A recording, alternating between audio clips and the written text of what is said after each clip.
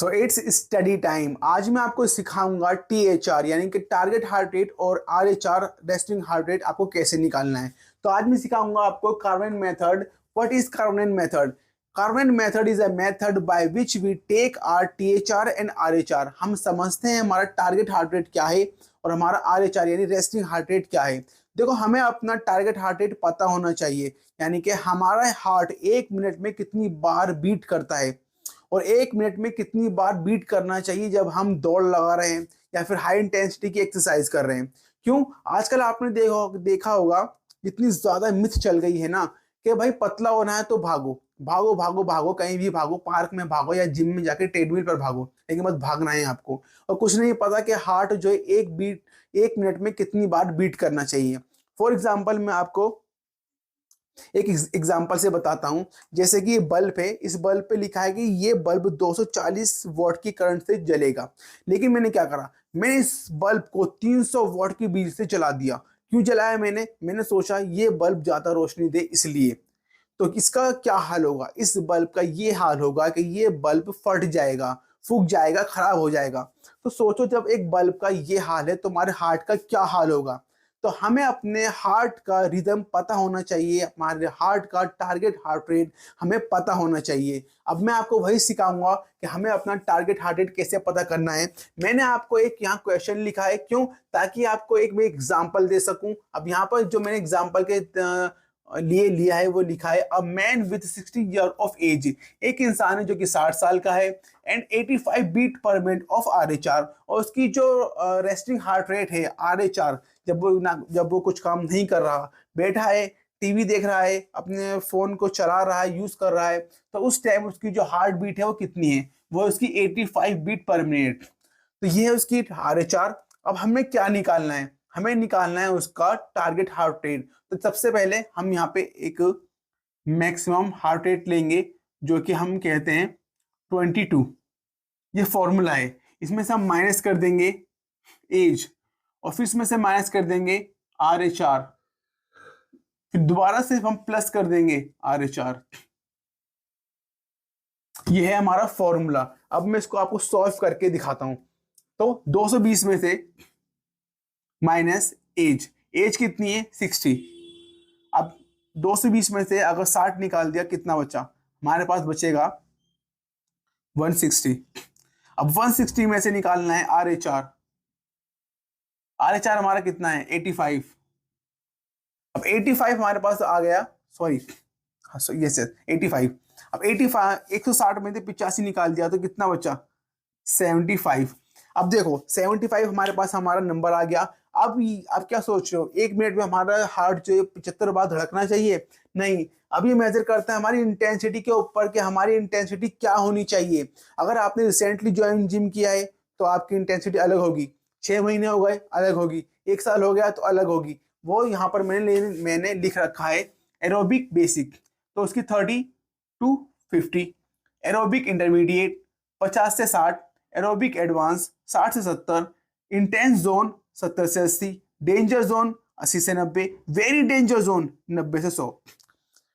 ठीक है, तो अब उस इंसान ने यहाँ पे देखो क्या लिखा है, क्वेश्चन को समझो, क्वेश्चन को पढ़ा करो, समझा करो क्या लिखा है। यहाँ पे लिखा है रिसेंटली।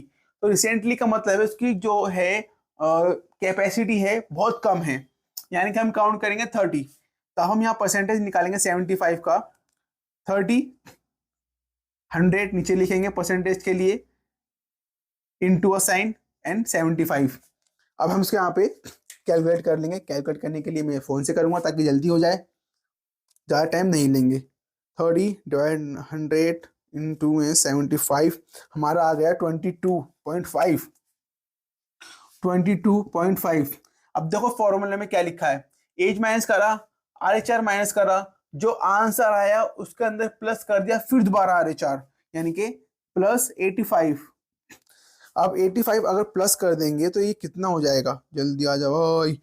107, 107, 105, सॉरी 107 हमारा हार्ट हुआ। यहाँ पे लिख देता हूँ THR, हमारा हुआ टारगेट हार्ट रेट। अगर फॉर एग्जांपल वो इंसान अभी रिसेंटली नहीं है, रिसेंटली उसने ज्वाइन नहीं किया, उसको 4-6 महीने हो गए, तो हम समझ लो हम यहाँ काउंट करेंगे 50। यहाँ 30 काउंट नहीं करेंगे, यहाँ 50 काउंट करेंगे। तो 50 में कितना बैठ जाएगा, चलो निकाल लेते हैं। 50 डिवाइड बाई 100 इंटू में 75, 30, यहाँ लिख देता हूँ, ठीक है। 37.5 प्लस 85, ठीक है, प्लस 85, 122.5। अगर 50 की इंटेंसिटी पे वो इंसान जॉग करेगा, कोई एक्सरसाइज करेगा, तो क्या होगा, 122 उसका THR आ गया, THR। इससे ऊपर उसे नहीं जाना, इससे ऊपर जाएगा कॉम्प्लिकेशंस हो जाएंगी, हार्ट अटैक भी हो सकता है और बहुत परेशानी हो सकती है। तो इसलिए अपना THR निकालो, इसको समझो कि THR बहुत ही ज्यादा जरूरी है। आपने देखा होगा आजकल 20, 25, 30 साल के नौजवानों को हार्ट अटैक आ रहे हैं, क्यों? वो सिर्फ भाग रहे हैं, उन्हें किसी ने यही नहीं बताया कि उनका टारगेट हार्ट रेट क्या होना चाहिए, वो सिर्फ भाग रहे हैं। अब फॉर एग्जाम्पल एक इंसान था, 20 साल का एक लड़का था, उसका टारगेट हार्ट रेट था फॉर एग्जाम्पल 120, लेकिन वो उसका वेट थोड़ा ज्यादा था, वो थोड़ा मोटा था। तो किसी ने क्या कहा, आपको रोज भागना है 5 किलोमीटर।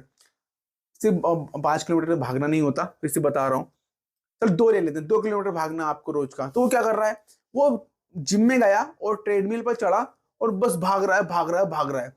2 से भी ज्यादा पार चला गया वो, ये सोचने के लिए कि मुझे जल्दी अपना फैट लॉस करना है। अब क्या हुआ, 20 साल का था, 120 उसका THR था, उसे पता नहीं था, ठीक है, किसी ने उसे बताया नहीं, बस ये बता दिया भाग भाग भाग भाग तो पतला हो जाएगा।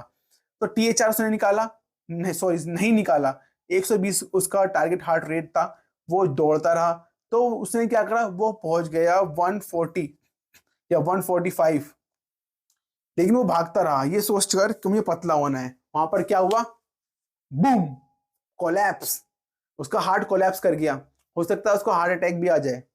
तो आपको अपना THR जानना है, पहचानना है कि THR होता ही है, ये बहुत ही ज्यादा जरूरी है आज के दौर में। और सबसे मेन बात मैं आपको बताऊं, थोड़े पैसे इन्वेस्ट करो। अगर मैं आपसे कहूं कि आपको अपना, अब मुझसे कोई पूछेगा भाई अपना जो है हार्ट बीट मेजर कैसे करनी है, तो देखो अपनी 2 फिंगर लो, अपनी इसमें रेडियल आर्टरी पर रखो और घड़ी देखो और 1 मिनट में काउंट करो कितनी बार धड़कता है, तो आपका RHR निकल के आ जाएगा कि आपका 1 मिनट में हार्ट जो है कितनी बार बीट करता है, ठीक है। अब दूसरी बात, अगर ऐसे आप बीच बीच में रुक रुक कर करोगे तो आपकी इंटेंसिटी नीचे गिरेगी। आप एक मशीन ले सकते हो जो मेजर करती है, उंगली में लगाते हैं उसको, वो हार्ट को हमारे मेजर करती है, आप वो ले सकते हो। अगर वो भी नहीं लेना चाहते हो तो आप एक स्मार्ट वॉच ले लो, लेकिन ध्यान रहे स्मार्ट वॉच आपको वो नहीं लेनी 1000-2000 वाली। आपको जो स्मार्ट वॉच लेनी है, you should buy a genuine smart watch. If you are really concern about your health, तो आप खरीदो एप्पल, सैमसंग और पिक्सल, याली वॉचेस आप खरीदो, क्योंकि ये वॉचेस आपको रियल डेटा निकाल कर देती हैं आपका। आप जाना गूगल पर और लिखना कि एप्पल ने और सैमसंग ने कितने ज्यादा लोगों की जानें बचाई हैं उन हार्ट अटैक आने से पहले। वो उनको बता देती है उनकी वॉच के भाई तुम्हें कुछ ना कुछ प्रॉब्लम है, तुम्हें हार्ट अटैक आने वाला है, जस्ट गो टू डॉक्टर। क्योंकि क्या होता है ना, हमारी हार्ट बीट कैसे बीट करती है, हमारा हार्ट बीट कैसे करता है, धक धक धक धक धक धक, ठीक है। अब क्या हुआ, इसमें कॉम्प्लिकेशंस हुई, और जब कॉम्प्लिकेशंस होती है ना हार्ट में, तो हमें पता नहीं चलता है, ध्यान रखना। इसी वजह से हार्ट अटैक आते हैं, क्योंकि हमें नहीं पता होता कि हमारा हार्ट बीट सही, हमारी जो हार्ट है सही बीट कर रहा है कि नहीं कर रहा। अब फॉर एग्जांपल क्या हुआ, हार्ट जो है हमारा वो ऐसे धड़कता है, धक धक धक धक धक धक, ठीक है। अब क्या हुआ, इसमें कोई कॉम्प्लिकेशंस आ गई, अब इसने अपना रिदम चेंज कर दिया, धक धक धक धक धक धक चेंज हो गया, या फिर धक धक धक धक धक धक धक धक, या धक धक धक धक धक धक धक धक, इस तरीके से। मतलब जो रिदम है वो बिगड़ गई, लेकिन हमें पता नहीं चला। तो अगर आपकी स्मार्ट वॉच होगी ना जेन्युइन, तो क्या करेगी, आपके हार्ट को पहले ही मेजर करके आपको डिस्प्ले पर नोटिफिकेशन दे दे कि भाई there is something wrong boss, go to doctor.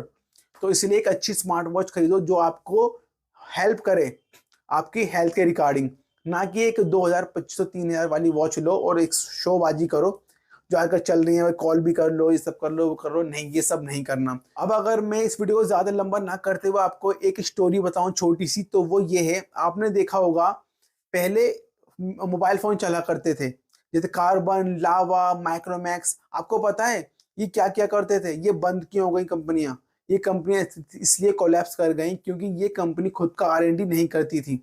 ये कंपनियां क्या करती थी, ये अपने फ़ोन बनवाती थी चाइना से और इंडिया में इंपोर्ट करवाती थी और इंडिया में बेच दिया करती थी, यानी खुद का इनका मैन्युफैक्चरिंग जो है प्लांट नहीं था, तो इस वजह से कोलैप्स कर गई। इसी तरीके से अब क्या हो रहा है, जो स्मार्ट वॉचेस है ना, ये 1500-2000 वाली, ये चाइना से मैन्युफैक्चर कराई जा रही हैं, इंडिया में लाई जाती हैं और सस्ते रेट में बेच दी जाती हैं, जिससे जो कंपनी है उसको बहुत अच्छा मुनाफा हो रहा है। लेकिन आप देखना आने वाले टाइम में कोई भी कंपनी दिखाई नहीं देगी, खाली इन बड़े बड़े ब्रांड के अलावा। तो ये ऐसी कुछ चालें चल रही थी जिस वजह से ये कोलैप्स कर गई। लेकिन जो बड़ी कंपनीज है ना, ये ऐसा नहीं करती, खुद का R&D करती हैं, जिससे ये काफ़ी पैसा इन्वेस्ट करती हैं अपनी टेक्नोलॉजी के अंदर। तो ये तो खैर ख़त्म नहीं होने वाली। तो आप पैसा इन्वेस्ट करना चाहते हो, so you should invest in this genuine brand. बाकी अगर वीडियो अच्छी लगी हो तो चैनल को सब्सक्राइब कर देना और वीडियो को शेयर कर देना अपने दोस्तों के साथ। मिलता हूँ आपको नेक्स्ट वीडियो के अंदर।